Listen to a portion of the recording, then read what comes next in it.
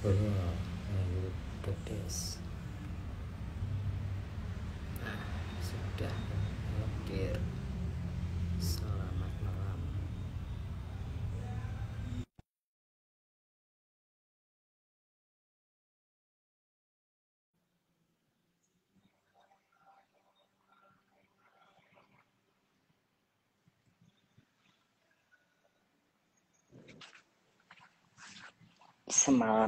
Selamat Apa malam tuh? Kekes.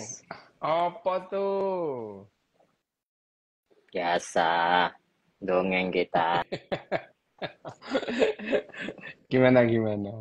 Lanjutan dari bab kemarin yaitu bab Ya. 10 Mm-mm. mengenai kukur-kukuran geger. Kukur-kukuran geger. Oh iya wes bener. Weh, aku yang ngombe sih, aku tak ngombe itu. Aku yang gawa ngombe gitu. Bentar. Enak Ini itu. bab endi kok enak ngurung dicacak kok. Enak ini. Oh. Oke. Ya apa? Apa ya apa Soal ini? iki kerja sama berarti kan kamu garuk punggungku, aku garuk punggungmu itu kan soal altruisme ya, Dok ya. Oh iya. Altruisme timbal balik. Mm-mm. Nah, itu Mm-mm. ya apa itu? Ya, ini Bagaimana? gini ya. Ini di bab yang namanya bab kamu garuk punggungku, aku menggaruk punggungmu itu. Itu sebetulnya yang namanya si Richard Dawkins itu mau yang namanya membahas mengenai apa itu yang disebut simbiosis itu ya. Mm-mm.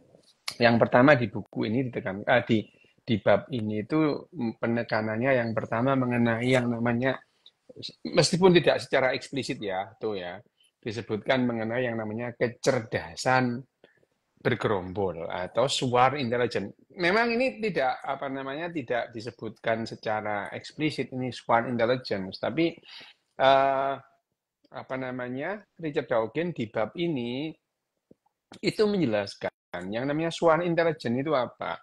Apakah swarm intelligence itu berarti satu individu dengan individu yang lain dalam kelompok itu saling melindungi gitu. Mm-mm.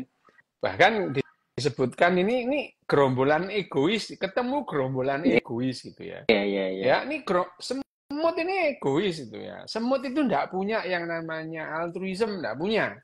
Ya, individual itu kalau misalnya kamu nyiksa semut, nggak ada semut yang belain lain itu, nggak ada itu, nggak ada. Ya itu Mm-mm. jadi ya sama. Misalkan kuda pun, sapi pun itu ya, itu kalau ada anaknya kecemplung, ya dijarno itu. Macam dia akan. Karena apa ya? Altruisme itu hanya memungkinkan ada itu yang paling memungkinkan adalah pada individu-individu yang sadar itu yang namanya altruisme. Individu-individu yang sadar bahwa dirinya ada. Dia bisa merasakan penderitaan Oke. individu lain itu ya. Itu itu yang menimbulkan apa itu yang disebut altruisme. Nah, dalam bab ini Richard Dawkins itu melihat atau meng-highlight gitu ya, menitik beratkan yang namanya simbiosis itu apa. Nah, kita itu duluan waktu SMP, SD lah itu. Malah diajari simbiosis, ada yang simbiosis mutualisme gitu ya. Ada simbiosis yang parasitisme gitu ya. Ada simbiosis yang eh, komensalisme itu ya. Itu kan itu konsep-konsepnya kita bahwa hitungannya itu adalah individual gitu ya. Misalnya, misalnya ada yang namanya ada benalu ya, benalu yang hidup di sebuah pohon gitu ya. Itu dikatakan sebagai ini simbiosis parasitisme gitu. Ya. Atau ada yang ada yang apa namanya ada yang parasit murni gitu ya, ada yang parasit setengah-setengah. Benalu itu parasit setengah-setengah gitu, benalu gitu ya. Karena benalu itu dia dia apa namanya, eh, akarnya benalu itu pada sampai yang namanya pembuluh silim ya. Jadi kalau yang namanya tumbuhan itu kan ada pembuluh silim dan floem gitu ya, pembuluh kayu dan pembuluh floem ya. Kayu pembuluh silim itu dia itu adalah saluran pada saat tumbuhan itu mengambil zat-zat dari dari dari tanah gitu ya, mengambil bahan-bahan anorganik dan diubah menjadi bahan-bahan organik ya. Itu pembuluh silim. Nah, benalu itu akarnya menancap kuat sampai pembuluh silim. Jadi di tengah-tengah batang kayu itu ya. Dan benalu itu masih bisa, benalu itu hanya menggali bahan-bahan mentah itu ya. Bahan-bahan mentah itu. Dan benalu itu mempunyai klorofil. Dia punya itu ya. Dia mengambil, jadi hanya saja dia tidak bisa, akarnya dia itu mengambil dari tanah itu tidak bisa.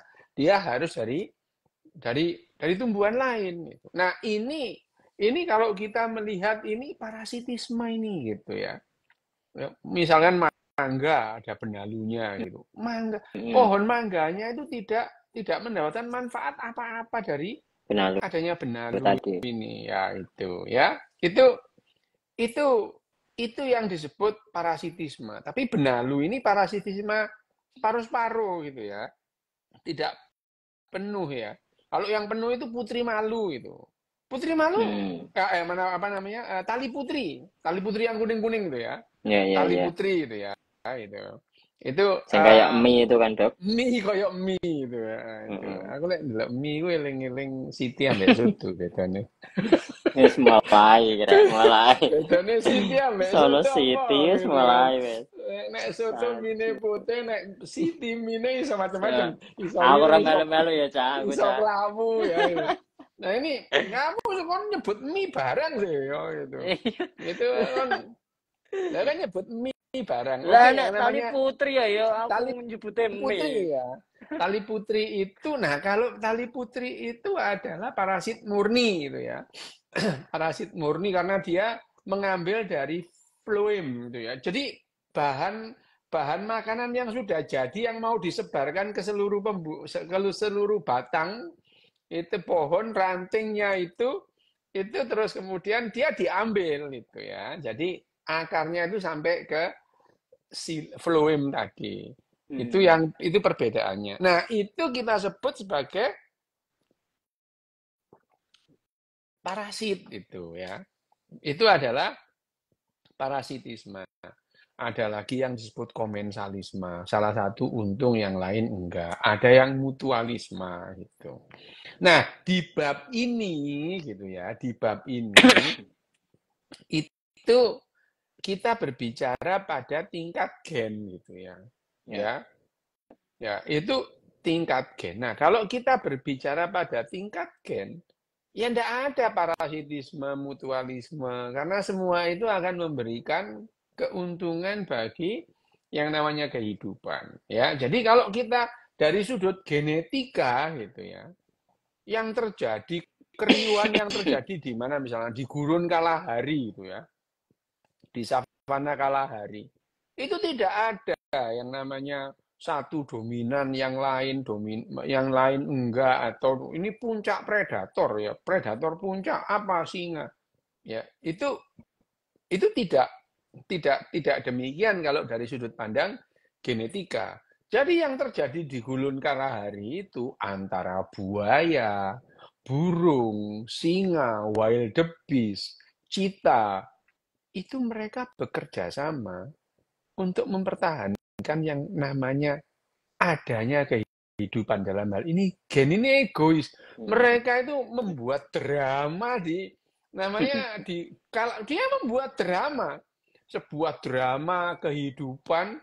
Misalnya kita melihat wildebeest atau melihat seekor kerbau gitu ya, diserang oleh singa gitu, kasihan gitu ya.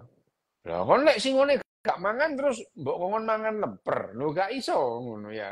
Jadi kita itu cenderung ya itu melihat ya misalnya eh, diserang kambing kijang diserang oleh singa gitu.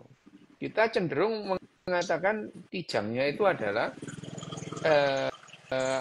korban. Tapi dalam sudut pandang evolusioner genetika, perilaku drama yang ada di gurun Kalahari atau di daerah Kongo sana atau di sub-Sahara sana yang wild gitu katanya ya, wild gitu. Singa makan makan wild beast, buaya makan wild beast ya.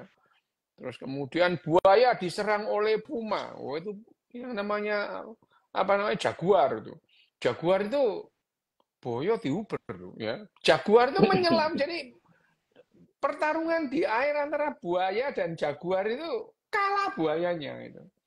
Nah, dan ini pun drama seperti ini yang di-drive oleh gen gitu.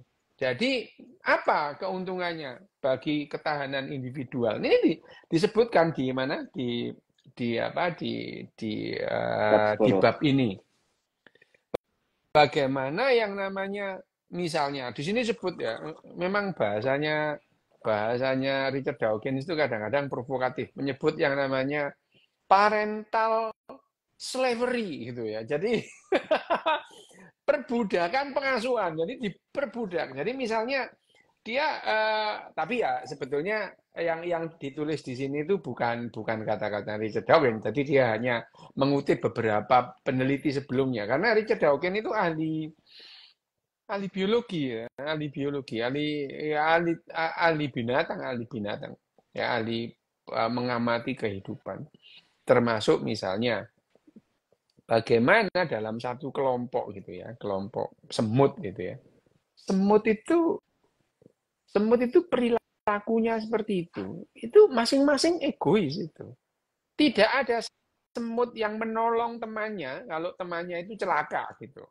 Nggak ada gitu, nggak ada. Tetapi ngumpulnya semut yang miliaran, jutaan, bahkan miliaran itu, bahkan itu menjadi malapetaka ya, menjadi malapetaka bagi binatang-binatang yang lain gitu ya. Yang namanya sekalipun cita, sekalipun kalau masuk dalam kelompok semut marabunta gitu dalam waktu pendek habis citanya gitu. Ya habis itu ya.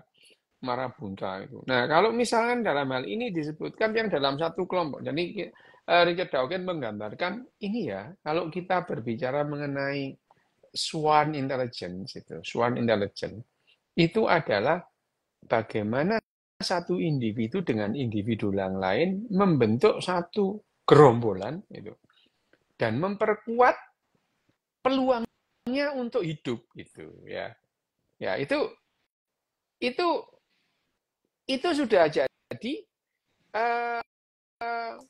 keinginan dari gen yang maha kuasa loh ya gitu. Gen ini maha kuasa gitu. Misalnya, bagaimana gazel itu apa? Gazel itu kijang ya, kijang gurun Kalahari atau Sahara itu. Dengan adanya singa itu ya, maka gazel-gazel yang larinya lebih cepat gitu, dia akan mempunyai potensi atau kemungkinan hidup lebih tinggi ketimbang gazel-gazel yang larinya tidak cepat. Diburulah oleh yang namanya cita, harimau, singa gitu ya. Ya. Jadi yang terjadi adalah kerjasama antara binatang-binatang pemangsa seperti jaguar, cita, harimau dengan yang namanya gazel gitu ya, antelope gitu. Mereka itu kerjasama. Kerjasama apa? Kerjasama bahwa mesin-mesin gen yang kita bahas itu, mesin-mesin replikasi itu akan menjadi efektif kalau masing-masing individu itu mempunyai kecenderungan ketahanan hidup lebih tinggi. Gitu ya. Dan itu yang terjadi secara evolusioner gitu ya. Gazel yang larinya cepat gitu ya. Gazel yang larinya cepat, dia mempunyai kemungkinan untuk menurunkan sifatnya lebih tinggi ketimbang yang larinya nggak cepat. Kenapa? Yang larinya nggak cepat, dia kecekel macan mati, nggak sempat ngentu ya gitu ya. Nah, nggak sempat ngentu, dah. Berarti Ya, tidak bisa ya mau berketurunan ya toh? ini nggak bisa punya keturunan karena tidak punya Ya. keturunan, dia tidak bisa menurunkan sifatnya, sehingga yang tersisa adalah gazel-gazel atau antelope yang larinya kenceng, bisa siksak gitu ya itu. Bisa siksak gitu. Bisa siksak sehingga menyulitkan yang namanya cita itu. Cita itu adalah binatang dengan larinya paling cepat, paling kenceng gitu ya. Di Afrika itu cita paling kenceng gitu ya. Cita paling kenceng. Hanya saja dia tidak tahan lama gitu ya. Koyo yo om layune mari ngono kesel ngono ya tuh ya. Mainnya mek dino tok ngono ya itu. Ya itu adalah dino. Nah, akhirnya cita-cita yang larinya kenceng itu seringkali kecapean kalau mengejar antelope itu ya itu. Kecapean mendengar antelope itu. Nah, dan ini juga didrive oleh gen gitu ya. Jadi akhirnya gen itu membuat yang namanya gurun kalahari itu dengan dramanya yang berulang. Pada saat kekeringan, semua yang pada saat kekeringan itu singanya itu betul-betul, wah mana ini buruan nggak datang-datang gitu ya. Begitu hujan, terus kemudian ada genangan air, mendadak aja wild beast jutaan datang gitu ya. Wild beast yang datang dan pergi ini juga merupakan drama kehidupan yang ada di gurun kalahari selama miliaran tahun dan membuat yang namanya kalahari itu kehidupan makin banyak. Nah, ini yang disebut dengan simbiosis. Jadi simbiosis itu kita menyebut simbiosis parasitisme itu. Itu terus kemudian merugikan. Ya, siapa yang rugi? Nggak ada yang sebetulnya yang tetap aja yang diuntungkan adalah gen itu ya. Yang diuntungkan adalah gen. Karena gen ini secara faktual selama 3,7 miliar tahun kehidupan muncul di muka bumi ini, jumlah gen itu makin lama makin banyak. Sampai sekarang gitu. Abadi, tetap ada dan makin banyak gitu. Nah, kalau kita melihat tadi, jadi kamu garuk punggungku, aku garuk punggungmu itu ya. Ya. Itu berarti yang namanya ya tidak ada simbiosis yang tidak mutualisme bagi gen itu tidak ada gitu. Semua menguntungkan gen gitu. Nah, pandangan bahwa satu tumbuhan merupakan parasit bagi tumbuhan lain atau bagi binatang yang lain itu adalah karena manusia itu melihat dari satu sisi saja gitu. Ya. Dari satu sisi saja gitu. Misalnya untuk kepentingan manusia gitu ya, parasit misalnya, parasit bagi manusia itu yang disebut apa misalnya? Cacing pita atau cacing gelang gitu ya. Atau cacing kremi. Cacing kremi itu bagi kita parasit gitu ya. Cacing kremi itu. Evolusi dari kelopo. Loh ya apa sih, Rek? Nek mangan klopo, aja mangan klopo kon kremien gitu ya. Oh, kukur ngono. Gatel lah yo kremi ku lho kok ya metu nang silit gawe gatel ngono. Ya itu padahal kremi. Tapi ya sekarang apa ya itu. Nah, itu adalah kita melihat dari manusianya gitu. Ya misalkan apa yang disebut itu panu gitu, jamur ya, jamur di panu itu membuat parasit gitu bagi manusia. Tapi kalau kita melihat ya, kalau kamu pernah melihat seekor paus gitu ya, seekor paus gede itu, whale itu. Paus itu bukan hanya sekedar paus itu. Banyak kerang-kerang nempel di tubuhnya itu. Nah, kita menyebutnya parasit itu ya.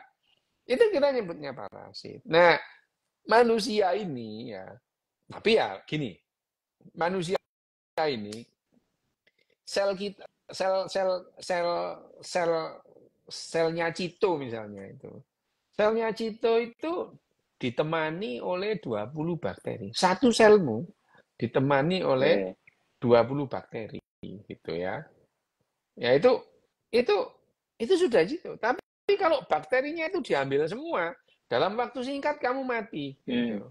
Ya dalam waktu nggak terlalu lama, nggak sampai setahun kamu mati gitu karena tubuhmu itu sudah memerlukan adanya bakteri Escherichia coli gitu ya.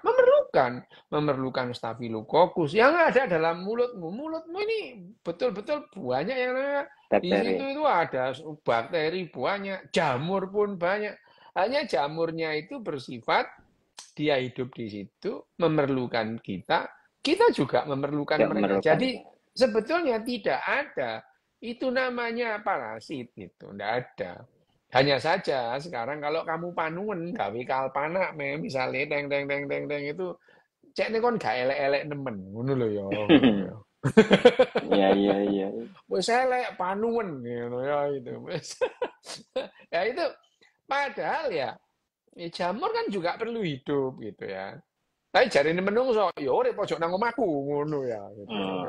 Nah itu. Nah, jadi dalam sudut pandang evolusioner biologi atau genetika, tidak ada itu yang namanya simbiosis mutualisme, simbiosis komensalisme, simbiosis parasitisme, enggak ada itu. Ya itu. Nah, itu adalah karena gen itu mendrive semuanya bisa bekerja sama untuk mempertahankan keberadaan gen itu ya itu keberadaan gen. Nah sekarang kalau misalnya tapi ini ya memang yang namanya Richard Dawkins itu karena dia itu ahli perkewanan pertumbuhan biologi ya dia itu sering dalam hal ini ya mungkin tidak banyak yang tahu mengenai bagaimana itu kan kita kemarin sudah ngomong jenis kelamin. Yang jenis kelamin itu alam semesta itu akhirnya faktanya adalah kecenderungannya adalah laki-laki dan perempuan itu 1:1, mendekati 1:1 ya itu. Yang unik kita sering kali menganggap yang namanya jenis kelamin itu ya nih X sama Y gitu ya menghasilkan yang namanya jenis kelamin gitu ya. Kita tidak karena kita tidak paham gitu. Beda sama Richard Dawkins karena dia itu serangga pun dia mati gitu ya itu. Serangga pun dia mati. Nah, di sini yang ada sesuatu yang di bab ini mungkin pengetahuan yang unik. Ya aku sih wis ngerti kebian. Cuman Richard Dawkins itu menyampaikan dengan bagus gitu ya bahwa yang namanya contohnya adalah kehidupan yang namanya Hymenoptera gitu. Hymenoptera itu serangga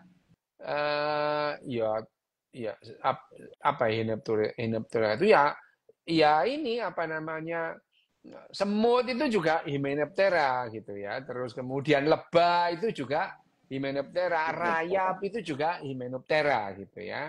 Rayap ini.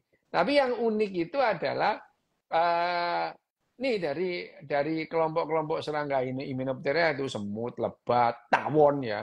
Lebah sama tawon itu beda ya itu. Ini apa namanya sistem penentuan jenis kelaminnya itu tidak sama dengan misalnya burung atau apa namanya. Kemarin kita bahas apa namanya reptil atau kodok gitu ya kata itu reptil atau amfibi yang menentukan jenis kelamin itu berdasarkan endoknya itu netesnya itu di suhu berapa dia akan jadi laki-laki atau perempuan. Nah, kemudian kode genetik baru muncul berikutnya pada mamalia gitu. Nah, tapi yang pada Hymenoptera ini ditulis itu di apa? Di bukunya Richard Dawkins ini. Ya, ini menentukan jenis kelamin ini unik gitu. Bahkan dia bilang sangat aneh gitu. Nah, aku juga heran kenapa dia menggunakan istilah sangat aneh itu ya. Tapi rayap tidak termasuk aneh gitu ya. Rayap itu tidak termasuk aneh. Apa namanya? Tidak memiliki keunikan. Misalkan sarangnya Hymenoptera itu biasanya gitu ya. Biasanya hanya punya satu ratu gitu ya. Ya, jadi ada Oke. ratu itu. Ratu lebah, ratu semut itu ada gitu. Mm. Nah, ratu ini gitu ya. Ratu ini itu terbang dan kawin cuma sekali. Oh ya kan beda ya itu. Kalau manusia itu kawin bendino. Lah iso sedino ping telu ngono ya. Eh, ya senengane itu ya.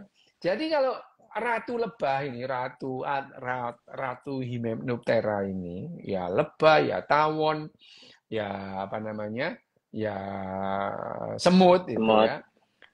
Itu kawin itu apa cuma sekali itu seumur hidupnya itu ya. Dia itu kawin terus spermanya itu disimpan di perut dalam Mm. tubuhnya sepanjang hidupnya. Loh ya, bayangin aja. Bisa 10 tahun, bisa lebih. Nah, ini loh, ini disampaikan oleh Dawkins itu ya. Jadi kalau baca Dawkins, oh iya, iya, aku tahu mau iki gitu ya, tahu baca. Iya. Itu ya. Nah, ini dijelaskan bagaimana yang namanya Hymenoptera, ratu lebah atau ratu semut gitu ya, terbang untuk kawin, menemui pejabat, kawin cuma sekali tuh. Spermae disimpen tuh, gitu. Bayang no tuh, lek kon ketemu wedok terus spermamu disimpen. Spermae cito disimpen nang bank sperma. Walah iki lho. Bange langsung gak payu tuh. Ditakoni bank Simpan sperma itu. simpan yang kulkas. Lah ya makanya ya. 10 tahun atau lebih. Nah, terus yang namanya ratu ini, ratu lebah atau ratu semut ini membagi-bagikan sperma ke telur-telurnya selama bertahun-tahun. Bayang no kamu ini ya. Ya itu apa namanya bertahun-tahun dia membagikan telurnya selama bertahun-tahun. Nah, terus kemudian ini memungkinkan telurnya dibuahi begitu keluar melalui saluran indung telurnya. Jadi begitu telurnya itu keluar langsung dibuahi oleh sperma yang disimpan itu ya, disimpan itu. Itu. Ya, tapi tidak semua telur dibuahi gitu ya. Jadi tidak semua telur dibuahi.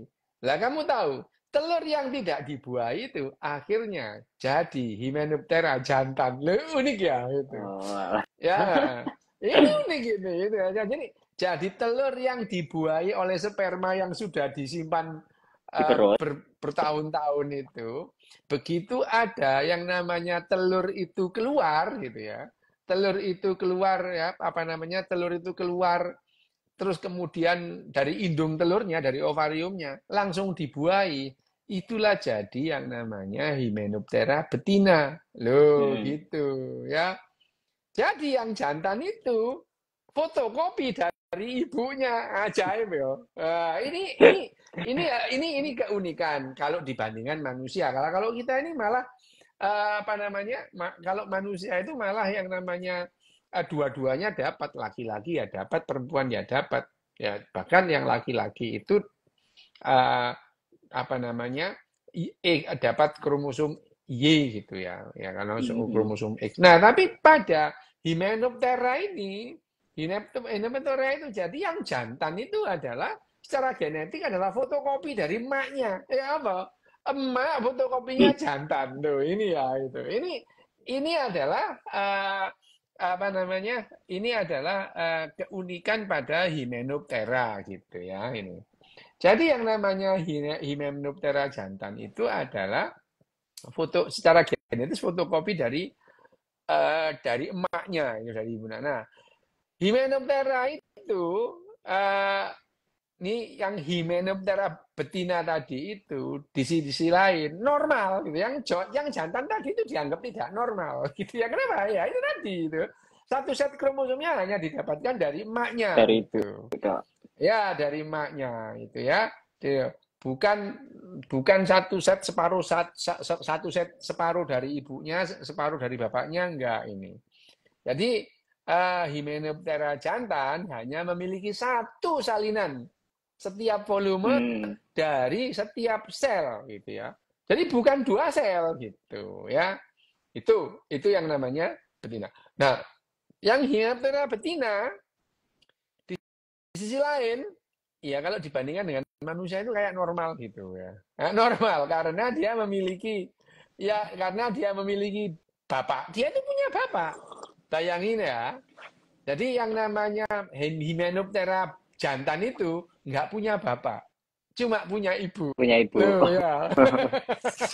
Nah, Iya, iya, iya. Hymenoptera betina itu dia punya bapak, dia punya ibu. Jadi dia punya ayah dan memiliki set kromosom ganda Dari ibu, seperti ya. kita gitu ya.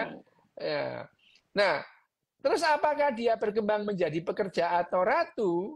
Itu tidak tergantung dari gennya, tapi tergantung bagaimana dia dibesarkan ya. Artinya setiap betina memiliki satu set lengkap gen yang membuatnya bisa menjadi ratu. Loh gitu ya. Oke, Ya, ya, ya.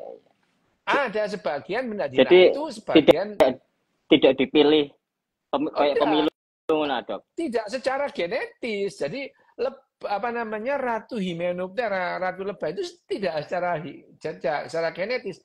Dia akan menjadi ratu atau menjadi pekerja itu adalah tergantung bagaimana dia dibesarkan gitu ya, gitu. Nah, misalnya ya ini tadi ya yang dibilang itu setiap betina memiliki satu set lengkap gen yang membuatnya bisa jadi ratu dan satu set lengkap bisa membuat jadi pekerja loh gitu, gitu. Entah pekerja entah tentara ya karena yang bukan ratu itu dia akan jadi apa namanya pekerja bisa jadi tentara itu. Nah, gen yang mana yang diaktifkan tergantung bagaimana dia dipelihara. Loh, ini yang disebut sebagai tadi itu apa slavery parenting. Gitu. Jadi ya, nah dalam apa namanya Richard Dawkins juga mengatakan apa manfaatnya semut itu jadi pekerja gitu. Ya kalau ditanya gitu kamu pakai ukurannya menungso gitu. Iya. Apa manfaatnya Cito bekerja? Ya, apa gak bekerja ya tambah gak dilere apa iku. Adik-adik iku ya. Ya, gimana? Jadi gini, gini sekali lagi, Richard Dawkins itu sering itu ya secara menganalogikan itu seperti bahwa individu binatang ini itu tadi apa namanya seperti manusia gitu ya. Padahal tidak gitu. Perilaku mereka secara berturun-turun jutaan generasi itu sudah dirancang berbeda sama manusia gitu ya. Sama gitu ya, lebah gitu, lebah. Lebah itu punya aturan itu. Makanya dia itu misalnya lebah itu memberitahukan di mana adanya madu. Dia itu menari-nari gitu. Menari-nari gitu ya. Jadi kalau lebah pekerja itu terbang terus dia menemukan apa namanya tumbuh-tumbuhan yang bisa dihisap itu apa namanya sarinya itu dia mendatangi temannya dan melakukan ritual gitu. Terbangnya membentuk angka 8 atau membentuk angka 19 itu bahkan dari ritual terbangnya itu si lebah memberitahukan arahnya kemana, jauhnya berapa gitu. Ya ini, nah apakah ini didasarkan oleh karena dia les nari nang guru nari? Ya enggak tuh, itu ya itu. Ya, ya, ya. Lah prasamu itu ya enggak itu. Ini betul-betul didrive oleh gen gitu ya. Jadi pada saat lebah itu mendapatkan sari gitu ya pada sebuah apa namanya kembang gitu ya. Zat yang ada dalam sari itu ya apa namanya dari sari itu membuat reaksi kimia dalam tubuhnya gitu dan mendrive sistem sarafnya untuk melakukan itu gitu. Jadi kalau kemudian ada yang namanya lebah kontak pertama kali dengan bunga itu Dan dia merasakan sarinya terus kemudian dihisap gitu. Yang pertama, hisapan pertama itu memberikan respon kimiawi yang merangsang susunan saraf yang sederhana di lebah itu dan membuat dia lebah-lebah itu cenderung kembali ke kelompoknya dan kemudian dia menari. Dan tarian-tarian ini ya bukan karena les ke guru nari ya, enggak itu ya. Tapi didrive oleh gen gitu. Jadi kalau ditanya, apa manfaatnya jadi pekerja bagi yang namanya Hymenoptera itu? Loh, ya enggak gitu cara mainnya gitu ya. Ya kalau gitu apa manfaatnya jadi ratu lebah gitu. Ya dia kan nggak usah pergi gitu ya. Nggak usah cari makan. Nggak usah cari makan. Padahal tadi seekor betina itu dia menjadi pekerja, menjadi terus kemudian tentara gitu itu. Karena bagaimana dia dibesarkan. Sehingga ada yang namanya apa jenenge? Sel-sel set-set dari gen yang diaktifkan sehingga terekspresi gitu ya tuh gitu. Nah, dan ini membuat mereka bekerja sama. Lebah itu akhirnya dia kalau dia terbang bareng nggak mungkin tabrakan tuh gitu. Lebah itu nggak mungkin tabrakan gitu. Sayap ketemu sayap itu nggak mungkin tabrakan gitu ya. Padahal aturan-aturannya sederhana gitu. Aturan-aturannya yang terjadi pada lebah itu sederhana. Kalau di sebelah kanan ada lebah gitu, maka aku akan menjauh beberapa mili ke kiri itu, ya. Semua lebah secara genetik gitu, jadi nggak mungkin tabrakan gitu. Padahal aturannya sederhana, aturan sederhana yang ditaati. Kenapa? Karena full didrive oleh gen, mereka tidak punya keinginan lain selain keinginan gen yang maha kuasa tadi gitu ya. Jadi ini menjelaskan. Jadi memang pertanyaan-pertanyaan apa manfaatnya jadi pekerja? Orang dia cuma cari aja gitu ya.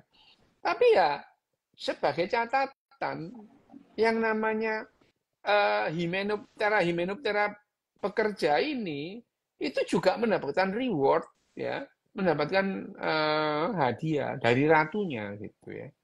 Ya berupa ya itu tadi makanan. Tapi apakah dengan demikian kalau dia nggak bekerja nggak makan, itu lah anu aja, nggak usah bekerja terus daftar anu aja sebagai calon bupati itu nggak perlu bekerja, itu lakon ya itu adalah susunan masyarakat pada manusia, pada binatang tidak demikian gitu ya. Bekerjanya semut itu ya, sekian banyak. Kenapa semut itu bisa bekerja sama gitu ya?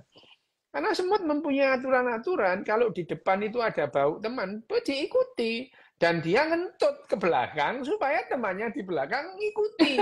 Aturannya cuma begitu, gitu ya. Aturannya cuma begitu. Dan itu membuat yang namanya semut itu teratur, gitu ya. Dan ini ya, aturan ini tidak akan dilanggar oleh semut, gitu. Karena dia tidak punya aturan lain, instruksi gen, gitu. Sementara manusia ini dikasih tahu, jangan dilarang belok kanan. Itu kan sesuatu yang kamu tahu belakangan gitu. Jadi kalau kamu dikasih tahu orang tuamu, dikasih tahu temanmu, dikasih tahu gurumu, loh ini loh, tanda begini itu dilarang ke kanan gitu. Ya itu. Tapi kamu tidak dilatih untuk mengikuti instruksi itu gitu. Ya nggak bisa gitu ya. Itu yang disebutkan bahwa yang namanya dalam yang namanya swan intelligence itu bukan lantas kemudian masing-masing itu sadar gitu ya. Karena yang namanya sadar terus kemudian mempertahankan kelompoknya tidak, karena itu adalah didrive oleh gen. Nah, manusia ini pada dasarnya kecerdasan bergerombolnya itu terbatas, tidak lebih dari 50 gitu. Lebih dari 50 manusia itu cenderung bermusuhan gitu. Cenderung bermusuhan. ya itu. Hanya narasi, hanya fiksi yang bisa menyatukan orang banyak ini gitu ya. Apalagi dalam jumlah yang besar diperlukan narasi fiksi yang lebih besar untuk menyatukan. Tapi manusia-manusia yang banyak ngumpul disatukan oleh fiksi ini fragil, gampang bercerai-berai gitu ya. Putusan MK itu membuat cerai-berai koalisi gitu ya. Bayangin aja itu. Loh iya ini betapa yang namanya apa namanya kecerdasan bergerombol pada manusia ini sangat fragil gitu ya. Sangat fragil dan begitu terjadi sesuatu yang membuat kecerdasan ini hilang, kemudian manusia itu cenderung untuk saling menyakiti bahkan saling membunuh gitu. Menyakiti membunuh. Jadi kalau misalkan di gedung olahraga atau di gedung bioskop gitu ya, di gedung bioskop ada kebakaran, diteriakkan kebakaran. Kalau yang terlatih seperti di Jepang, terus kemudian dia akan mengikuti tanda keluar lewat mana, gitu ya. Dan dia mengikuti tanda, tidak berdesak-desakan, mengikuti tanda, karena Antre. dia juga dilatih untuk antri, gitu ya. Mengikuti tanda. Jadi kalau gelap itu mesti ada tanda-tanda Ya, ya. yang menyala apa namanya fluoresen itu untuk keluar, gitu. Itu dilatih. Tetapi kalau tidak dilatih, ada kebakaran gitu. Mereka bukan mati karena kebakaran, mati karena saling injek gitu ya. Ya, mati karena saling injek. Itu terjadi itu di Malang gitu ya. Ya. Di Malang itu karena saling injek gitu ya. Saling injek mati itu ya. Itu karena tidak dilatih. Sehingga bergerombolnya manusia ini memang secara evolusioner tidak dirancang seperti itu gitu ya. Sehingga kalau manusia bergerombol, mereka harus dilatih untuk mempertahankan gerombolan ini tetap efektif gitu ya. Yang terjadi ya di Jepang misalnya pada saat ada pesawat nabrak gitu ya.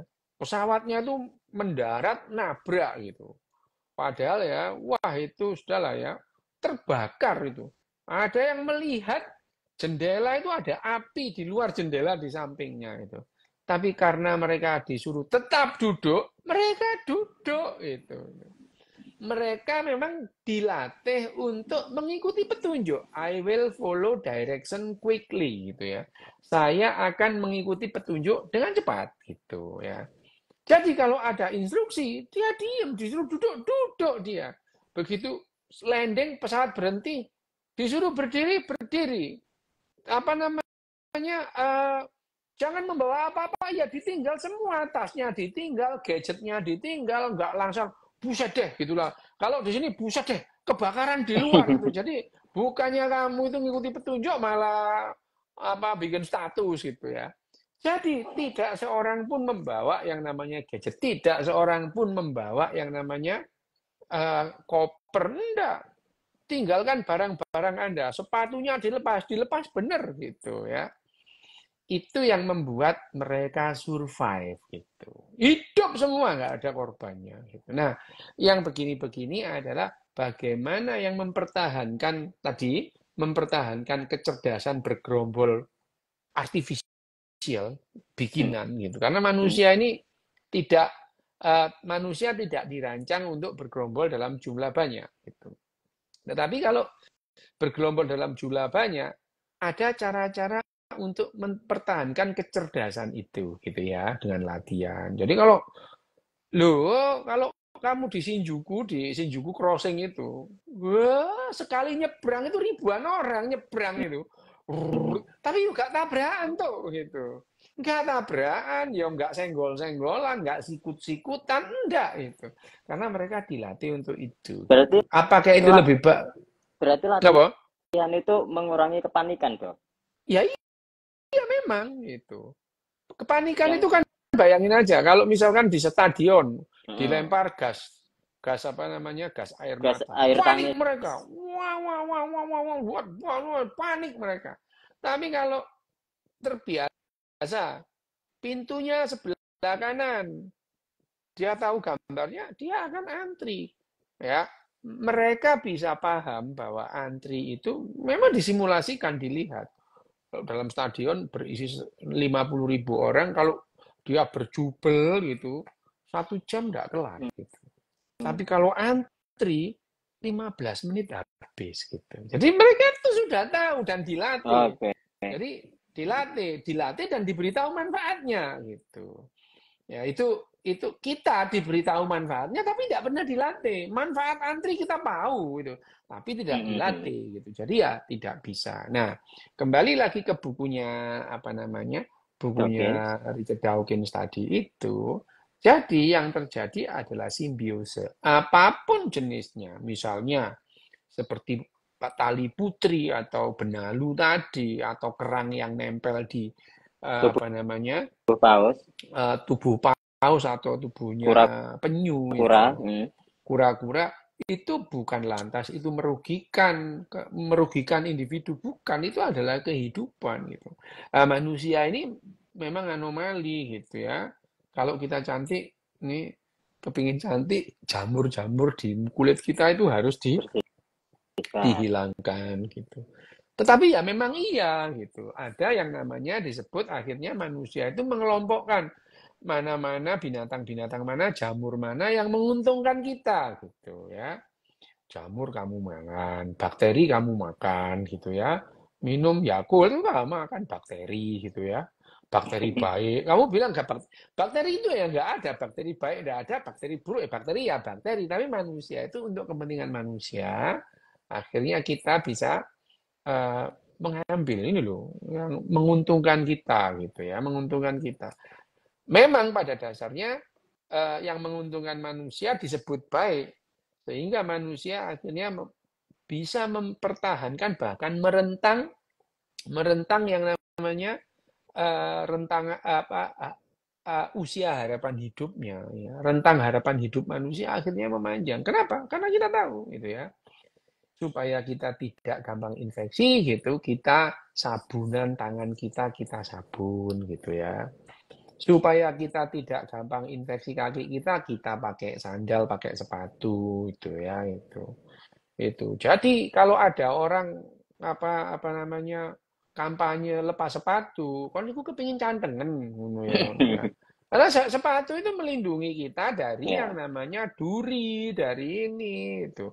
Lah dia enak, jalannya di tekel gitu ya. Lah perasamu petani-petani ku mbok kongkon nggak gawe sandal. Kena eri, lo cantengan mati lah gitu ya. Ini adalah bagaimana yang namanya simbiose dan ya misalnya bakteri itu misalnya akhirnya bakteri itu diusir dari tangan kita gitu ya. Masih banyak tempat untuk bakteri untuk yang lain gitu ya. Dan pada akhirnya toh ya yang namanya kehidupan itu ya saling membantu gitu ya itu. Itu yang namanya yang disebut kamu garuk tuh punggungku dan aku garuk punggungmu. Jadi tidak ada yang namanya di sini yang namanya parasitisme itu tidak ada karena semua itu mendukung baik di level spesies maupun level genetik itu memberikan keuntungan evolusioner. Nah, ngono to. Bisa menit aku. Aku takon soal ini tuh, soal yang tadi kan tawon itu ya, yang Mbok E itu malah bisa menduplikat pejantan. Ya kan? Apakah itu juga berlaku di belalang sembah? Belalang sembah kan kudu ngaplok bojone sik to. Dia dimakan untuk kebutuhan proteinnya gitu. Jadi apakah ini perempuannya juga betinanya itu bisa menduplikat laki-laki? Oh beda. Ini kan kita berbicara mengenai Hymenoptera. Hymenoptera. Serangga yang lain berbeda gitu ya itu. Serangga itu adalah binatang atau kehidupan paling banyak gitu ya. Di permukaan itu ya. Kalau di laut ya beda itu ya. Serangga itu paling banyak. Tapi ya di laut juga yang namanya apa namanya insekta itu binatang berbuku-buku itu juga paling banyak gitu. Tapi ya serangga ini banyak variasinya ya itu. Banyak itu. Biptera, Hymenoptera itu adalah perilakunya sangat berbeda antara Biptera dengan Hymenoptera. Itu sudah Oke. sangat sangat berbeda. Baik bagaimana mereka berkembang biak maupun berperilaku. Itu beda antara kupu dengan lebah itu sangat berbeda itu. Ya kan lebah itu tidak ada lebah terus dadi entung gitu kan nggak ono gitu ya. Tapi kalau ular dadi entung terus dadi Kupu. kupu gitu. Ini juga berbeda gitu. Menentukan jenis kelaminnya juga beda. Gitu. Jadi Oke. beda tuh ya. Siap. Saya tak bacakan pertanyaan. Karena ada fiksi dan narasi ini, Kak. Karena ada fiksi atau narasi, berarti manusia tidak sepenuhnya dikendalikan oleh gen egois ya. Loh, lah kamu itu bisa berpikir ya karena dikendalikan oleh gen egois itu. Ya, apapun yang kamu lakukan, yang untung tetap gen gitu. Ya, Apapun itu. yang kamu lakukan, tetap gen itu egois itu, ya. Manusia ini seperti punya altruisme, ya altruisme juga milih-milih gitu ya. Altruisnya manusia juga milih-milih gitu ya. Ya. Kalau konsep Narasinya ide lo, manusia ya. Nah, narasinya juga dalam rangka menarasikan altruisme yang milih-milih gitu ya.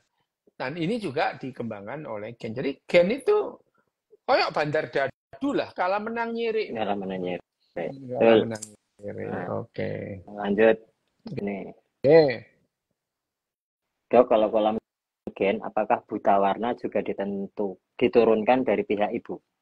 Ya, apa ya, Pak? Buta warna Nah, enggak lah, enggak gitu kalau buta warna. Buta warna itu kalau buta warna itu variabelnya banyak. Nanti kita ngomong sendiri tentang buta warna ini. Buta warna itu unik. Nanti kita bahas buta oke. warna sendiri. Ini kalau dibahas kurang 10 menit enggak cukup ya Siap. itu. Udah, itu Dok, ada pertanyaannya. Ya wis. Wis tuh. Oke, Diterusno siap. engko ngarep. Matur suwun. Oke. Oke. Dah. Ya, terima kasih teman-teman. Next, kita bahas bab lanjutan. Kalau yang tanya itu di kolom komentar aja ya. Jadi ini biar gampang milih-milih. Terima kasih. Selamat malam.